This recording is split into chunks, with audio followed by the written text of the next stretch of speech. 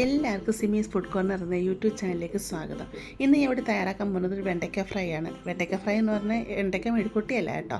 ഇത് മാവിലൊക്കെ മുക്കിയെടുക്കുന്ന അടിപൊളി ടേസ്റ്റോടെ ഈ വെണ്ടയ്ക്ക ഫ്രൈ ആണ്. ഇത് ചായയുടെ കൂടെ കുറച്ച് ടൊമാറ്റോ കെച്ചപ്പോട് ഉണ്ടെങ്കിൽ ഇങ്ങനെ മുക്കി കഴിക്കാൻ പറ്റുന്ന നല്ലൊരു സംഭവമാണ്. അതുപോലെ ചോറിൻ്റെ കൂടെ കഴിക്കാനും അടിപൊളി ഒരു ഐറ്റമാണ്. നമുക്കിത് എങ്ങനെ ഉണ്ടാക്കുന്നത് നോക്കിയാലോ. ഇവിടെ ഞാൻ വെണ്ടയ്ക്ക എടുത്തിട്ടുണ്ട്. വെണ്ടയ്ക്ക നല്ലതായിട്ട് കഴുകി വെള്ളമൊക്കെ പോകാനായിട്ട് വെച്ചിരുന്ന് അങ്ങനെ എടുത്തുകൊണ്ട് വന്നിരിക്കുന്ന വെണ്ടയ്ക്കയാണിത്. ഇതൊരു 200 ഗ്രാമോളം ഉണ്ട്. ഒത്തിരി വലിയ വെണ്ടയ്ക്കല്ല, ചെറിയ വെണ്ടയ്ക്കാണ് എടുത്തിരിക്കുന്നത്. എളുപ്പമുള്ള വെണ്ടയ്ക്ക എടുക്കുക കേട്ടോ. ഇതെങ്ങനെ കട്ട് ചെയ്യുന്നത് നോക്കാം. ആദ്യം ഇതുപോലെ വെണ്ടയ്ക്ക എടുക്കുക. എന്നിട്ട് ഈ 2 സൈഡൊന്ന് കട്ട് ചെയ്ത് മാറ്റുക. എന്നിട്ട് ഇതിനെ 4ആയിട്ടൊന്ന് കട്ട് ചെയ്ത് കൊടുക്കുക. ഈ രീതിയിൽ കട്ട് ചെയ്തെടുക്കാം. ഇതുപോലെ വലിയ വെണ്ടയ്ക്ക നിങ്ങൾ എടുക്കുന്നതെന്നുണ്ടെങ്കിൽ ഇതിനെ നടുക്കൂടെ ഒന്ന് കട്ട് ചെയ്തിട്ട് പിന്നെ നമുക്കതിനെ 4ആയിട്ട് കട്ട് ചെയ്യാം കേട്ടോ.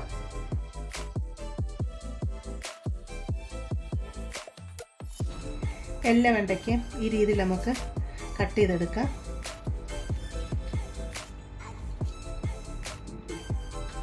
വെണ്ടയ്ക്കെല്ലാം ഇവിടെ ഇങ്ങനെ കട്ട് ചെയ്തുകൊണ്ട് വന്നിട്ടുണ്ട്. മുറ്റാത്ത വെണ്ടയ്ക്കയിൽ ചെറിയ കുരുവാണ്. ആ കുരു മാറ്റേണ്ട ആവശ്യമൊന്നുമില്ല കേട്ടോ. ചെറിയ രീതിയിൽ മുറ്റി വന്നിരിക്കുന്ന വെണ്ടയ്ക്കയിൽ കുരു നിങ്ങൾക്ക് മാറ്റാവുന്നതാണ്. നല്ലതായിട്ട് മുറ്റിയ വെണ്ടയ്ക്ക എടുക്കരുത്. ഇനി നമുക്ക് ഇതിലോട്ട് കുറച്ച് മസാലകൾ ആഡ് ചെയ്യണം. 1 ടീസ്പൂൺ കാശ്മീരി ചില്ലി പൗഡർ ഇട്ട് കൊടുക്കാം. 3/4 ടീസ്പൂൺ മല്ലിപ്പൊടി, 1/4 ടീസ്പൂൺ മഞ്ഞൾപ്പൊടി, 1/4 ടീസ്പൂൺ തന്നെ കുരുമുളക് പൊടി, 1/2 ടീസ്പൂൺ ഗരം മസാല പൊടിയായിട്ടോ ഇട്ട് കൊടുത്തത്. ആവശ്യത്തിനുള്ള ഉപ്പും കൂടി ഇട്ട് കൊടുക്കാം. ചെറിയ അരമുറി നാരങ്ങയും കൂടെ ഇതിലോട്ട് പിഴിഞ്ഞ് ഒഴിച്ചു കൊടുക്കാം. നാരങ്ങയൊക്കെ പിഴിഞ്ഞൊഴിച്ച് കൊടുക്കുമ്പോഴത്തേക്ക് ചെറിയൊരു പുളി ടേസ്റ്റൊക്കെ കിട്ടും. അതിന് നല്ലൊരു ടേസ്റ്റാണ്. ഇത് വലിയ നാരങ്ങയുടെ പീസായതുകൊണ്ട് അതിൻ്റെ പകുതി ഞാൻ പിഴിഞ്ഞൊഴിച്ചിട്ടുള്ളൂ. ഇത് നന്നായിട്ട് നമുക്കങ്ങ് മിക്സ് ചെയ്യാം. നമുക്കിനി ഇതിലേക്ക് കോട്ടിങ്ങിന് വേണ്ടിയുള്ള സാധനങ്ങൾ ഇട്ട് കൊടുക്കാം. 2 ടേബിൾ സ്പൂൺ കടലമാവ് ഇട്ട് കൊടുക്കാം. 2 ടേബിൾ സ്പൂൺ നിറച്ച് ഇട്ട് കൊടുക്കുന്നത്. 1 table spoon cornflour, 1 table spoon അരിപ്പൊടി. ഇടിയപ്പമൊക്കെ ഉണ്ടാക്കുന്ന അരിപ്പൊടി ഉണ്ടല്ലോ, അതാണ് ഇട്ട് കൊടുത്തിരിക്കുന്നത്. കോൺഫ്ലോറും അരിപ്പൊടിയൊക്കെ ഇട്ട് കൊടുക്കുന്നത് നല്ലൊരു ക്രിസ്പിയായിട്ട് ഇത് കിട്ടാൻ വേണ്ടിയാണ്. ശകലം വെള്ളം കൂടെ ഒഴിച്ച് കൊടുക്കാം. അതുപോലെ സ്പൂണിൽ മാത്രം ഒഴിച്ച് കൊടുക്കുക. 2 ടേബിൾ സ്പൂൺ വെള്ളമാണ് ഒഴിച്ച് കൊടുത്തിരിക്കുന്നത്. എന്നിട്ട് കൈ കൊണ്ട് ഇതിനെ നല്ലതായിട്ടങ്ങ് മിക്സ് ചെയ്യാം. ശകലം വെള്ളം കൂടെ ഇതുപോലെ ഒഴിച്ച് കൊടുക്കാം. മാവാണെങ്കിൽ വെണ്ടയ്ക്കലെല്ലാം ഇങ്ങനെ പിടിച്ചിരിക്കണം. വെണ്ടയ്ക്കയിൽ മാവെല്ലാം മിക്സ് ചെയ്ത് വെച്ചിട്ടുണ്ട്. ഒരു 10 മിനിറ്റിൻ്റെ റെസ്റ്റ് ചെയ്യാൻ വെക്കുക. എന്നിട്ട് നമുക്കിതിനെ ഫ്രൈ ചെയ്തെടുക്കാം. ഫ്രൈ പാൻ അടുപ്പത്ത് വെച്ച് കൊടുത്തിട്ടുണ്ട്. ഇതിലോട്ട് എണ്ണ ഒഴിച്ച് കൊടുക്കാം. വെണ്ടയ്ക്ക് നമ്മൾ ഡീപ് ഫ്രൈ ആണ് ചെയ്തെടുക്കുന്നത്. അപ്പോൾ എണ്ണ ഇച്ചിരി അധികം ഒഴിച്ച് കൊടുക്കുക. എണ്ണ ചൂടായി വന്നിട്ടുണ്ട്. വെണ്ടയ്ക്ക് ഇതിലോട്ട് ഇട്ട് കൊടുക്കാം.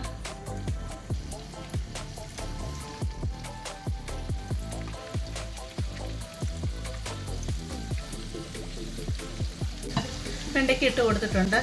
തീ കുറച്ച് വെക്കുക. എന്ന് വെച്ചാൽ ലോയ്ക്ക് മീഡിയത്തിന് ഇടയ്ക്ക് വെച്ച് കൊടുക്കുക. കാരണം വെണ്ടയ്ക്ക വേകണമല്ലോ, അതല്ലെങ്കിൽ മോൾഭാഗം മാത്രം അങ്ങ് ഫ്രൈ ആയി പോകും. വെണ്ടയ്ക്ക വേഗത്തുമില്ല. വെണ്ടയ്ക്ക നല്ല ക്രിസ്പി ആയിട്ട് കിട്ടണം, അതാണ് അതിൻ്റെ ടേസ്റ്റ്. അതുകൊണ്ട് തീ കുറച്ച് വെച്ച് തന്നെ നമുക്കിതിനെ ഫ്രൈ ചെയ്തെടുക്കാം. ഇപ്പം നിങ്ങളിതിനെ തിരിച്ചിടരുത് കേട്ടോ. ഇതൊന്ന് ക്രിസ്പിയായി തുടങ്ങുമ്പോൾ മാത്രമേ തിരിച്ചിടാവൂ. അതല്ലെങ്കിൽ ഇത് നമ്മൾ തേച്ച മസാലകളൊക്കെ ഉണ്ടല്ലോ, അതെല്ലാം എണ്ണയിലങ്ങ് ആയിപ്പോകും.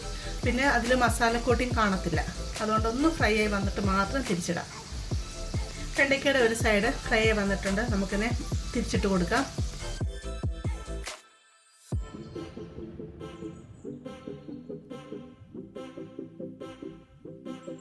ഈ വെണ്ടയ്ക്ക ഫ്രൈ ചോറിൻ്റെ കൂടെ സൈഡ് ഡിഷായിട്ട് കഴിക്കാനും നല്ലതാണ്.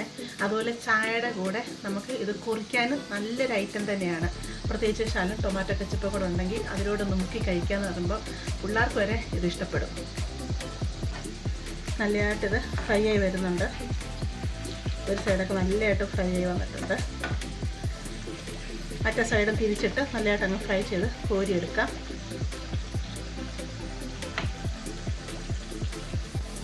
വെണ്ടയ്ക്കൊക്കെ നല്ലതായിട്ട് ഇവിടെ ഫ്രൈ ആയി വന്നിട്ടുണ്ട്. തിരിച്ച് മറിച്ചൊക്കെ ഇട്ട് അതിനെ ഫ്രൈ ചെയ്തെടുത്തിട്ടുണ്ട്. നല്ല ക്രിസ്പിയായിട്ട് തന്നെ വന്നിട്ടുണ്ട്. ഇത് നമുക്കിതിനെ അങ്ങ് കോരി മാറ്റാം.